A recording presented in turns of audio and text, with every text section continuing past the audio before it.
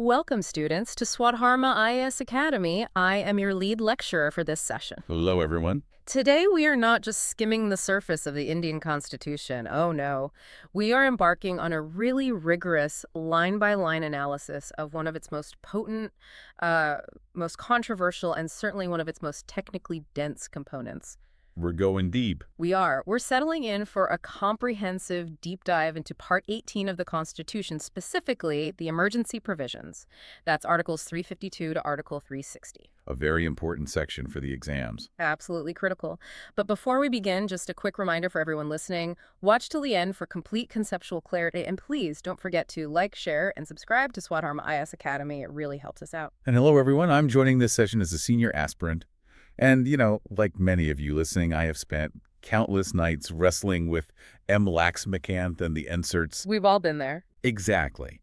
I think I understand the basic framework, but I also know exactly where the traps are hidden. I know that frustration of getting confused between, say, approval within 1 month versus 2 months, or mixing up simple majority with special majority. The classic prelims pitfalls. Precisely. So my goal today isn't just to be a passive listener. It's to ask the specific, nuanced questions that actually trip us up in the exam hall. I really want to bridge that gap between just reading the text and truly understanding its application. And that is exactly the mindset we need for this session. The emergency provisions are a perennial favorite of the UPSC, for both prelims and mains, because they test your understanding of the very nature and, I'd say, the flexibility of the Indian state. Right. So before we dive into the specific articles, we really need to establish the philosophical bedrock here. You have to grasp that the Indian Constitution possesses this unique, almost biological ability to transform its own structure. That's an interesting way to put it. I think it fits. In normal times, we operate strictly as a federal system. Power is, legally divided between the center and the states, mainly via the seventh schedule. The three lists. The three lists. However, the Constitution is designed to convert itself into a unitary system during what it calls abnormal situations. And this is the key, without the need for a formal constitutional amendment. That phrase you just used, without a formal amendment, that's the real conceptual hook, isn't it? It is. It immediately brings to my mind Dr. B.R. Ambedkar's famous observation in the Constituent Assembly. He made this comparison to the American model, noting that while other federations are sort of stuck in a tight mold of federalism, that can't really change. A rigid federalism. Right, a rigid one. Yep. But the Indian Constitution, he said, can be both unitary as well as federal, according to the requirements of time and circumstances. Precisely. That quote is absolute gold for your mains answers on Indian federalism. You must use it. It highlights the sui generis, the unique nature of our polity. But this unique feature, it raises a fundamental normative question, which you could argue goes against the very spirit of federalism. Which is why? Why? Exactly. Why did the Founding Fathers feel the need to give the center such overriding power? Power that it can essentially nullify the federal character and the autonomy of states. Why create a mechanism that centralizes power so drastically? It does seem contradictory to the democratic ethos, at least at first glance. It almost feels like a betrayal of the federal trust. It does on the surface, but the rationality, the logic behind it, it strictly revolves around safeguarding the sovereignty, the unity, integrity, and security of the country. These are provisions meant for abnormal situations, not for day-to-day governance. So it's an exception, not the rule. The ultimate exception. The logic is existential. If the nation itself doesn't survive, the Constitution won't survive. Dr. Ambedkar described these provisions as a safety valve. A safety valve. Think about it. If you don't have a safety valve to release pressure during a crisis, the entire boiler might just explode. But, sir, that safety valve argument has been challenged historically, hasn't it? I mean, critics, even back in the Constituent Assembly debates, people like XVIII, they feared we were laying the foundation for a totalitarian state. They did. They called it a constitutional dictatorship. And, looking at the events of 1975, they weren't entirely wrong, were they? They weren't, not at all. The experience of the 1975 internal emergency is the pivot point of this entire topic. Students, please make a note of this. You cannot understand Part 18 without understanding how 1975 changed it. Okay, that's a key point. The original Constitution gave the executive massive, almost unchecked power. The post-1978 Constitution, that is, after the 44th Amendment Act, put heavy shackles on that power. And we're going to explore that shift in immense detail. So let's begin our systematic analysis with the first and the most severe type of emergency. That would be Article 352. Yeah. We popularly call it national emergency, but I seem to recall reading that the Constitution doesn't actually use that specific phrase in the article title itself. You are absolutely right, and that is a common misconception. It's a good catch. The Constitution uses the technical term proclamation of emergency. Proclamation of emergency. Yes. However, for the sake of clarity and common usage in our exam preparation, and indeed in legal and political discourse, we refer to it as national emergency. It's just easier. Now, for the prelims, you must be crystal clear on the grounds for declaration. The president can declare a national emergency under Article 352 if the security of India or a part of it is threatened by 3 specific conditions. Can you list them for us? Yes. The 3 grounds are war, external aggression, and armed rebellion. Correct.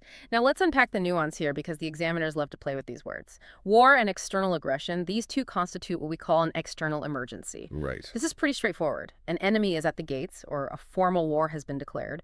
However, that 3rd ground, armed rebellion, constitutes an internal emergency.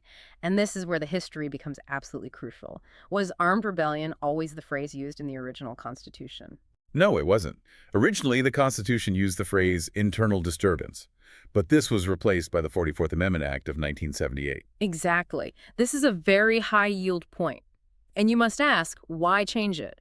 Why go from internal disturbance to armed rebellion? Because internal disturbance is incredibly vague. It's nebulous. I mean, what is an internal disturbance? A large protest, a strike by railway workers, a communal riot, or even just a strong political agitation could be interpreted by a paranoid government as an internal disturbance. And that's exactly what happened. It was on this loose, undefined ground that the 1975 emergency was declared by the Congress government headed by Indira Gandhi.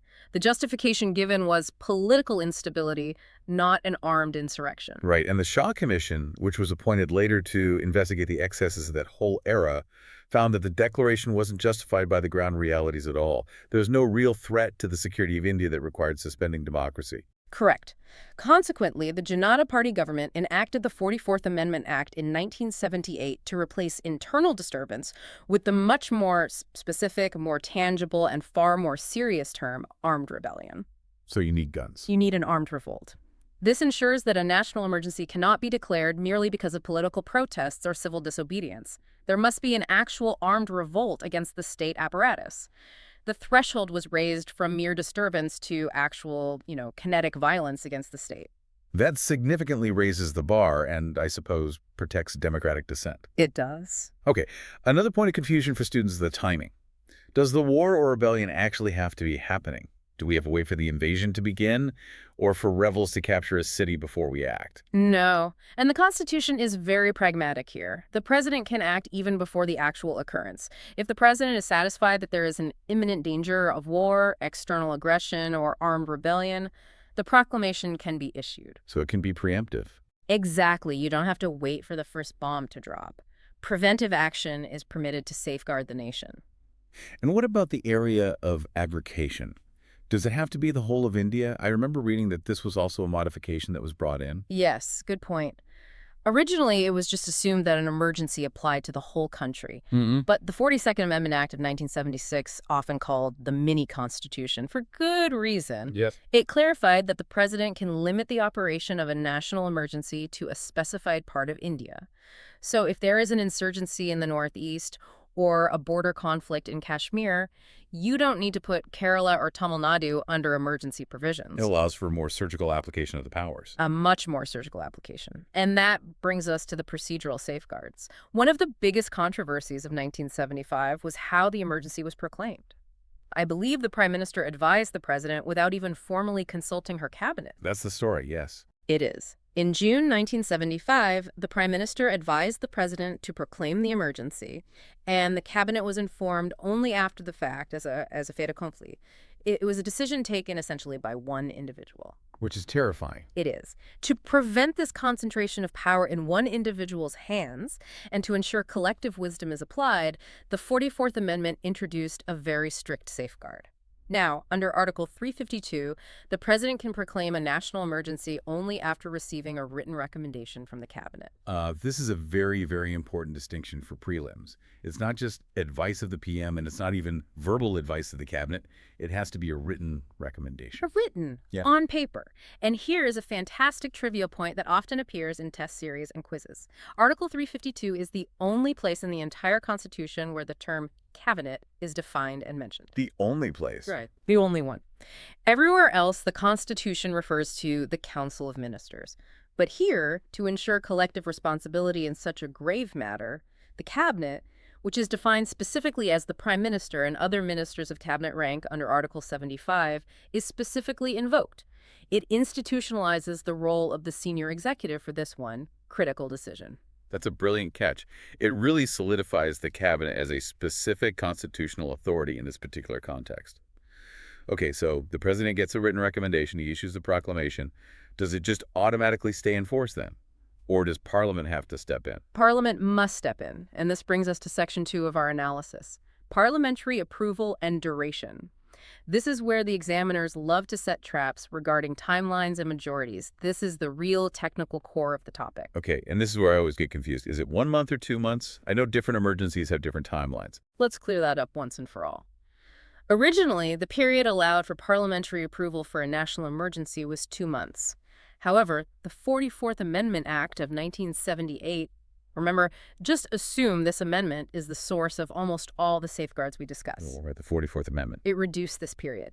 Now, the proclamation must be approved by both houses of Parliament within 1 month from the date of its issue. 1 month. Okay, so for national emergency, Article 352, it is strictly 1 month. That makes it tougher to sustain than the other emergencies, which I think we'll see later have a 2-month window. Strictly 1 month. The logic is that an emergency is a drastic measure. If the executive declares it, the legislature must validate that decision almost immediately. Okay, but there's a practical problem here. What if the Lok Sabha is dissolved at that time? Or what if it dissolves during this 1-month period without having approved it? The Rajya Sabha is a permanent house, but the Lok Sabha obviously is not. A very practical question. In that case, there is a survival clause. The proclamation survives until 30 days from the first sitting of the reconstituted Lok Sabha. Ah, okay. But there's a condition, right? Provided the Rajya Sabha has approved it in the meantime. The Rajya Sabha has to act as the check during that interim period when the popular house is absent. Perfect. That phrase, 30 days from the first sitting, is a crucial timeline to remember for your exams. Now let's talk about the majority required. This is another critical change post-1975. Originally, a simple majority was enough. Just a simple majority. A simple majority. Imagine that. A simple majority to suspend the federal structure and fundamental rights. A government with a bare minimum majority, even 1 vote, could theoretically turn into a dictatorship. That seems incredibly low for such a drastic step. It implies that a government just clinging to power by 1 vote could suspend the whole Constitution. It was, and that's why the 44th Amendment raised the bar significantly. Now, every resolution approving the proclamation or its continuance must be passed by a special majority. Okay, let me define that just for the benefit of our listeners, because special majority can mean different things in different articles, like, say, the impeachment of the president versus amending the Constitution. It's not always the same. An excellent point. Please clarify. So, in the context of Article 352, it means 2 things. A majority of the total membership of that House, A and D. B, a majority of not less than 2/3 of the members of that House present and voting. Absolutely correct. And this double barrier is formidable. The majority of total membership clause ensures that you can't just sneak a resolution through when attendance is low on a Friday afternoon. Right. And the 2/3 present and voting part ensures that you need a broad consensus, which likely requires support from parties outside the ruling coalition. It forces the government to build support. Once it's approved by both houses with the special majority, the emergency continues for 6 months. And can it be extended beyond that? Yes, it can be extended indefinitely, But, and this is the big catch, it requires fresh parliamentary approval every 6 months. Every 6 months. Every single time. This periodic review was also introduced by the 44th Amendment. Before that, once it was approved, it could effectively stay in force as long as the executive desired. Now, Parliament must re-verify the necessity every half year. It effectively keeps the executive on a very tight leash. So we have a very rigorous entry barrier. What about the exit? How is a national emergency revoked? This is equally important because we don't want a Hotel California situation where you can check out anytime you like, but you can never leave. A great analogy. Revocation is generally much easier than imposition. The Constitution favors a return to normalcy. The president can revoke the emergency at any time by a subsequent proclamation. This does not require any parliamentary approval. So that's just a simple executive act. It's an executive act. But wait, this relies on the president and, by extension, the Council of Ministers actually wanting to end it. What if the government refuses to revoke it, even when the situation is normalized? This was the fear during the 70s, that the government would just keep the emergency running to stifle all opposition. It was a massive gap in the original text. A huge gap. So the 44th Amendment added a mandatory revocation provision, a way for the legislature to force the executive's hand. If the Lok Sabha passes a resolution disapproving the continuation of the emergency, the president must revoke it. And note that this power lies specifically with the Lok Sabha, the House of the People. That makes perfect sense democratically. What's the procedure for this? Can any member just stand up and demand a vote on it? No, there's a specific mechanism. If 1/10 of the total members of the Lok Sabha give a written notice to the Speaker or to the President if the House is not in session, a special sitting must be held within 14 days to consider this very resolution. Okay, 110th of members, 14 days for a special sitting. Correct. And here is the key distinction from the approval process, the real beauty of the safeguard. To disapprove or revoke the emergency, the Lok Sabha only needs a simple majority. That is a fascinating asymmetry. Yeah. So to get into an emergency, you need a special majority of both houses. A very high bar. Very. But to get out of it, a simple majority of just the Lok Sabha is sufficient. It heavily, heavily favors the restoration of normalcy. Precisely. It's a brilliant constitutional safeguard designed to prevent the perpetuation of power. It makes it very hard to start an emergency and very easy to stop one. Now let's move to Section 3, the effects of national emergency. Because when Article 352 is in play, the consequences are drastic and incredibly wide-ranging. We can categorize them into three main buckets: center-state relations, the life of the Lok Sabha, and of course, fundamental rights. Okay, let's start with center-state relations. You mentioned earlier that the structure shifts from federal to unitary. How does that actually manifest in the executive sphere? Okay, so in normal times, under Articles 256 and 257, the center can give executive directions to a state only on certain specified matters, like, say, the maintenance of national highways or the protection of railways. Well, limited powers. Very limited and specific. But during a national emergency, the center becomes entitled to give executive directions to a state on any matter. On anything. Yeah. So does that mean the state government is suspended? Do the chief minister and his ministers just go home? No, and this is a very common misconception that you need to be clear about. The state governments are not suspended. They continue to exist, but they are brought under the complete control of the center. They essentially function as branches or subordinates of the union government. So the federal division of executive power is suspended, but the state machinery itself remains in place. I see. And what about in the legislative sphere? What happens to the state list? The parliament becomes empowered to make laws on any subject mentioned in the state list. This is authorized by Article 250. And again, just like the executive, the state legislatures are not suspended, but parliament gains overriding power. So we have a situation of concurrent lawmaking power on the state list. What happens if there's a conflict between a law made by parliament and one made by the state legislature? The parliamentary law will always prevail. The union's power is supreme during an emergency. And do these laws made by parliament on state subjects last forever? Or are they temporary? No, they are absolutely temporary measures. The laws made by parliament on state subjects become inoperative 6 months after the emergency has ceased to operate. The state's legislative autonomy is restored after that cooling off period. And I imagine there is also a financial impact, isn't there? Oh, a huge one. Under Article 354, the president can modify the constitutional distribution of revenues between the center and the states. He can stop grants and aid or reduce the state's share of taxes. These presidential orders last until the end of the financial year in which the emergency ceases. Okay, so that covers center-state relations. Moving to the second bucket, the life of the Lok Sabha. We saw this happen in the 1970s. Yes, a very famous example. While a proclamation of national emergency is in operation, the life of the Lok Sabha may be extended beyond its normal 5-year term. This is done by a law of parliament for 1 year at a time. 1 year at a time, and for any length of time in total. Yes, practically indefinitely, but only in these 1-year increments. You have to keep renewing it. However, this extension cannot continue beyond a period of 6 months after the emergency has ceased to operate. Once the emergency is over, you have 6 months to hold elections. And the classic example. The 5th Lok Sabha, which was elected in 1971, its term was extended 2 times by 1 year each, so it ultimately served from 1971 to 1977. It essentially served a 6-year term plus a little bit more. Okay. Now, let's tackle the most sensitive and, I would say, the highest yield topic for the exam, the effect on fundamental rights. This is where Article 358 and Article 359 come into play. Sir, I would really appreciate a very sharp, clear distinction between these two, because aspirants, including myself sometimes, we often interchange them, and the options in prelims are specifically designed to confuse us. This is absolutely crucial. If you take one thing away from this lecture, let it be this distinction.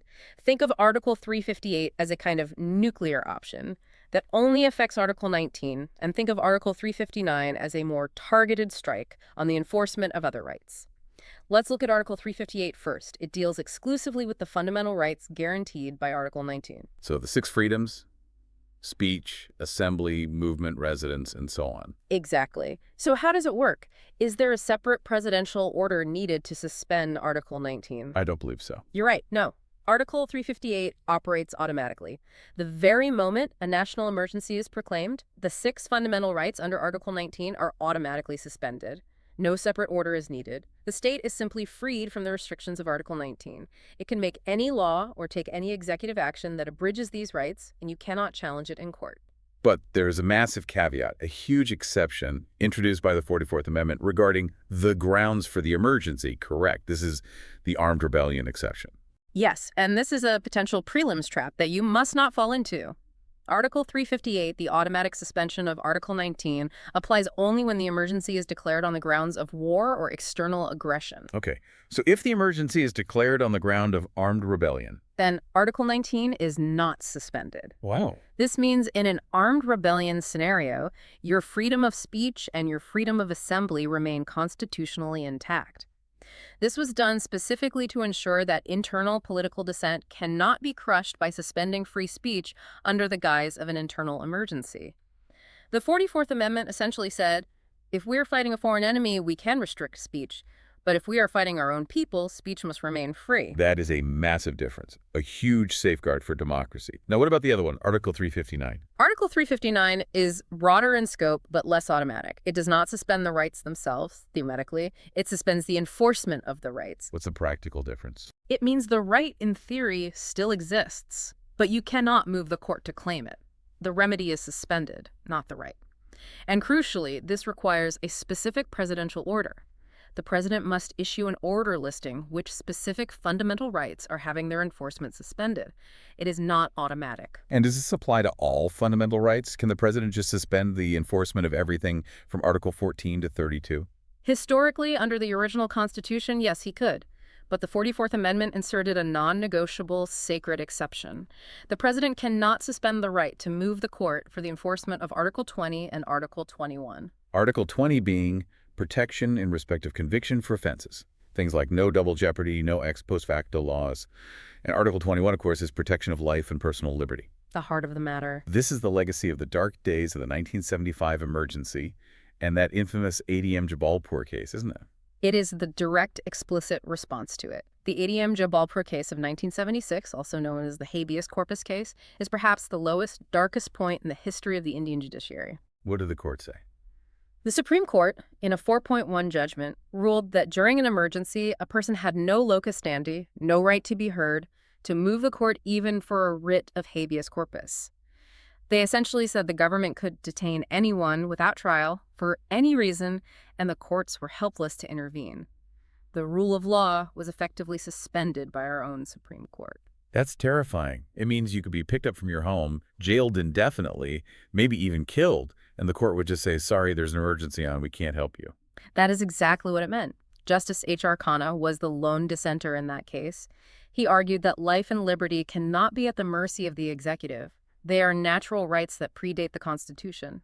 He famously wrote that even without Article 21, the state has no right to deprive a person of life without the authority of law. He paid a price for that dissent, didn't he? He did.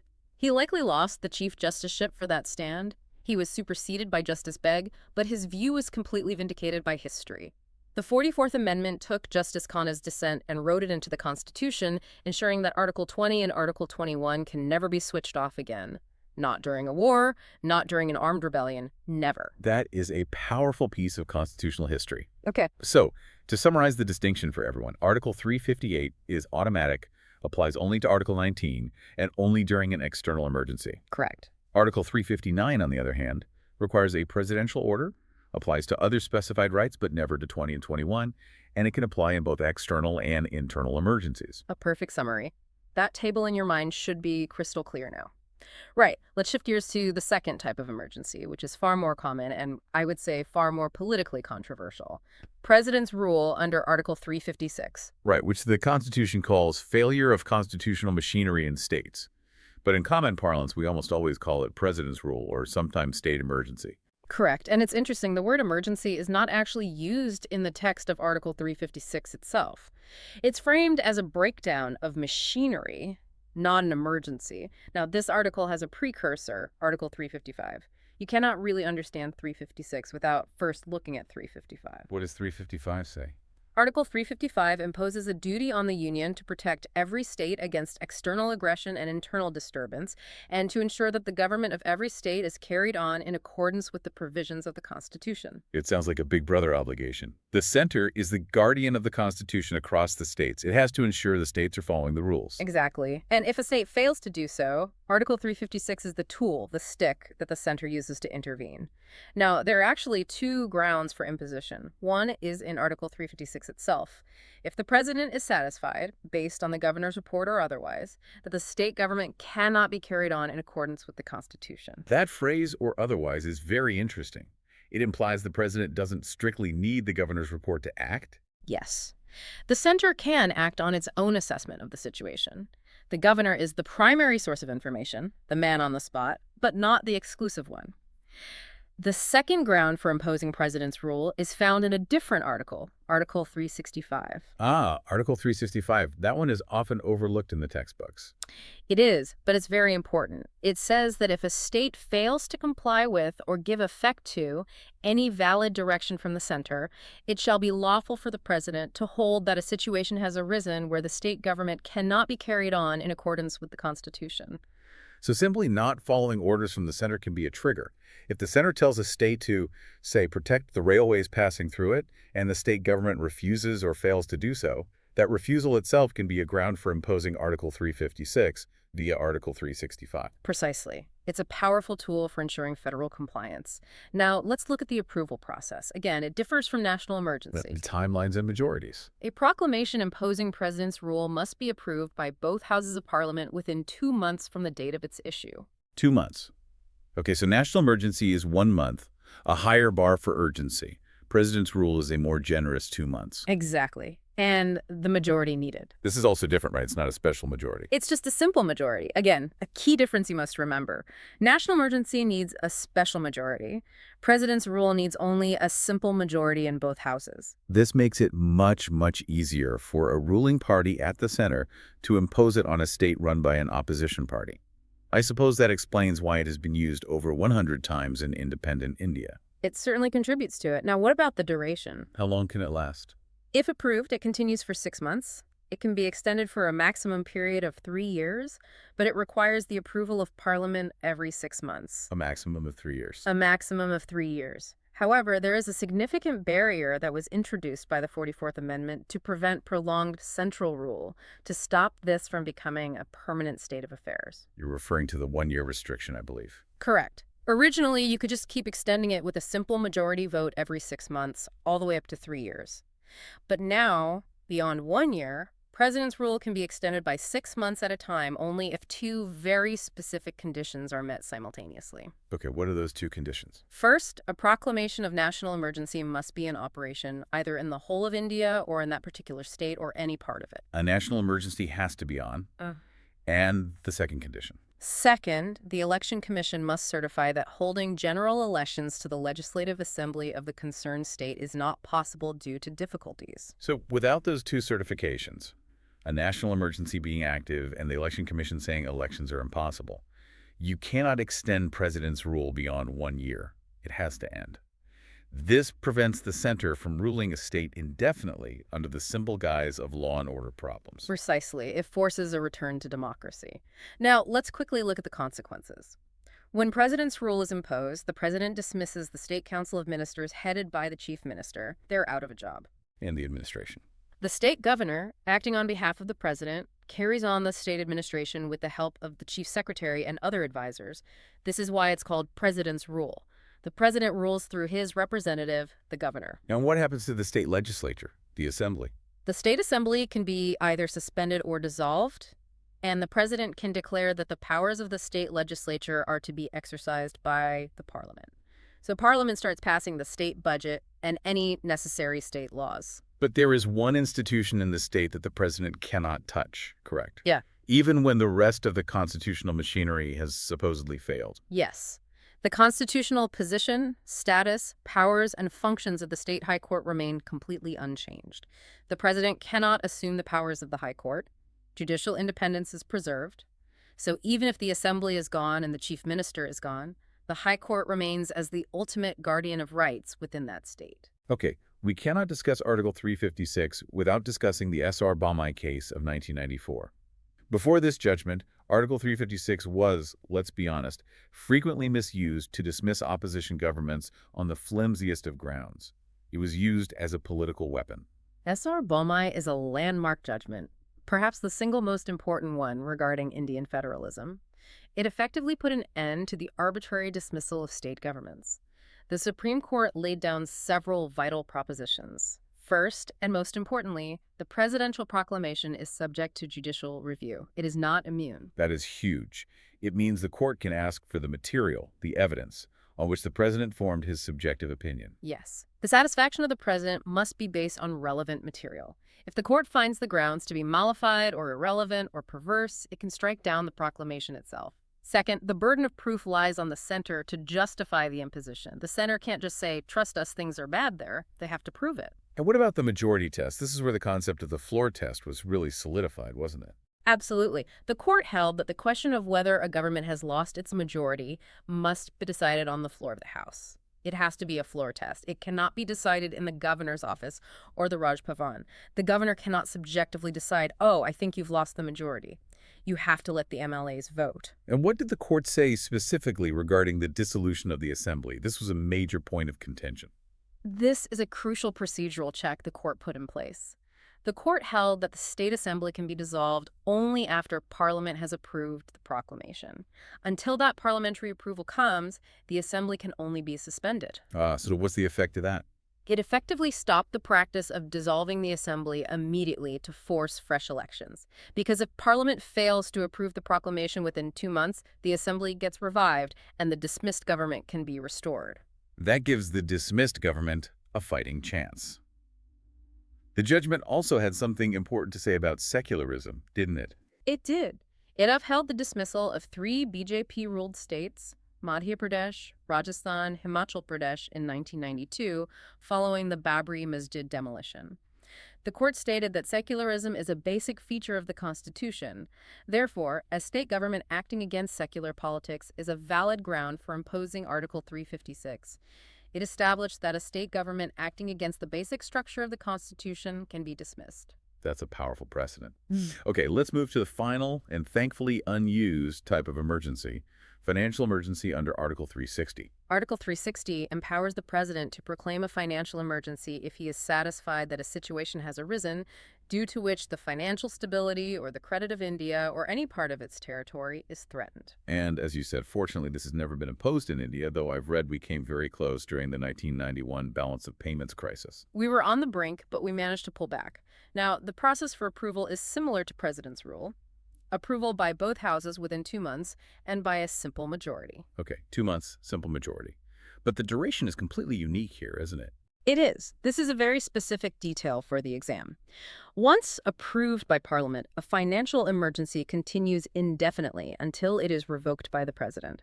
There is no requirement for repeated parliamentary approval every 6 months. That is a very specific and important detail. No periodic renewal.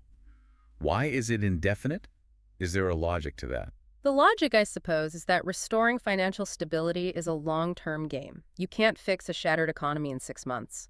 Having repeated parliamentary votes on it might create more market panic and uncertainty. So once it's on until the president formally turns it off. That makes a certain kind of sense. And what are the effects? What can the center do?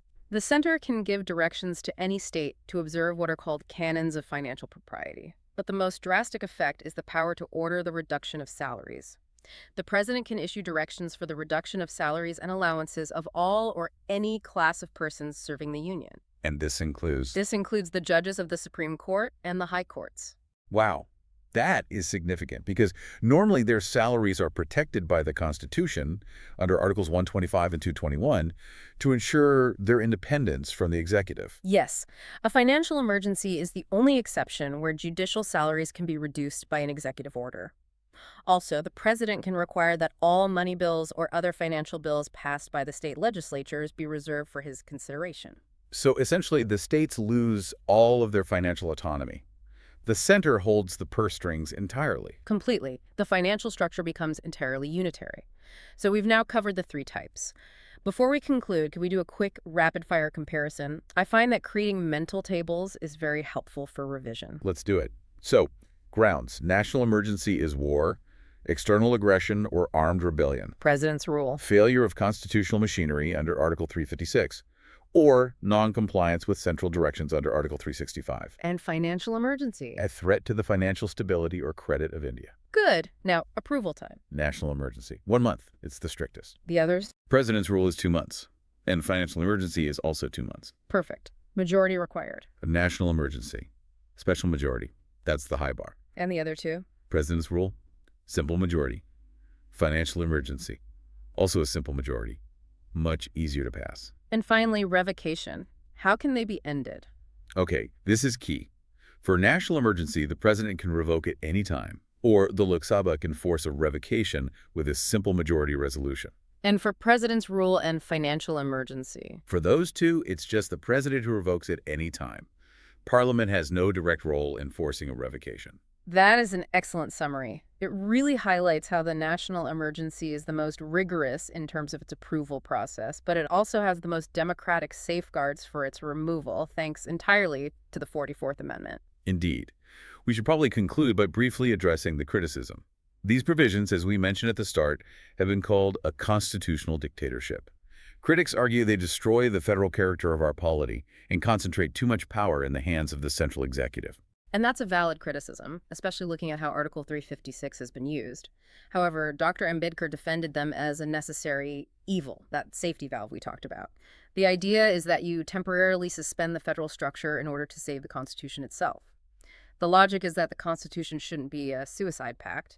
It must have the strength to protect itself against internal and external enemies. But as we've seen throughout this discussion, safeguards are absolutely necessary. The transition from the 1975 experience to the post-1978 legal framework really shows that while we need the power to handle crises, we also need strong checks and balances, things like judicial review, mandatory parliamentary oversight, and very specific non-vague definitions to prevent the abuse of that power. Absolutely. The bazooka of national emergency, the surgical strike of president's rule, and the economic shield of financial emergency are incredibly powerful tools, but they're tools that must be handled with the utmost constitutional morality and restraint. This has been an incredibly clarifying session, sir. I have to say, the distinction between Article 358 and 359 and all the nuances of the 44th Amendment are so much clearer in my head now. I feel much more confident about tackling those tricky questions on approval timelines and majorities. I am very glad to hear that. Students, please remember that the 44th Amendment is your anchor for this entire topic. Almost every single safeguard you study, the written cabinet recommendation, the 1-month approval, the protection for Articles 20 and 21, it all comes from that one amendment. We sincerely hope this lecture provided complete conceptual clarity on Part 18. And remember, Watch till the end for complete conceptual clarity, and don't forget to like, share, and subscribe to Swadharma IAS Academy. Keep studying hard and keep your concepts clear. This is the faculty of Swadharma IAS signing off. Thank you.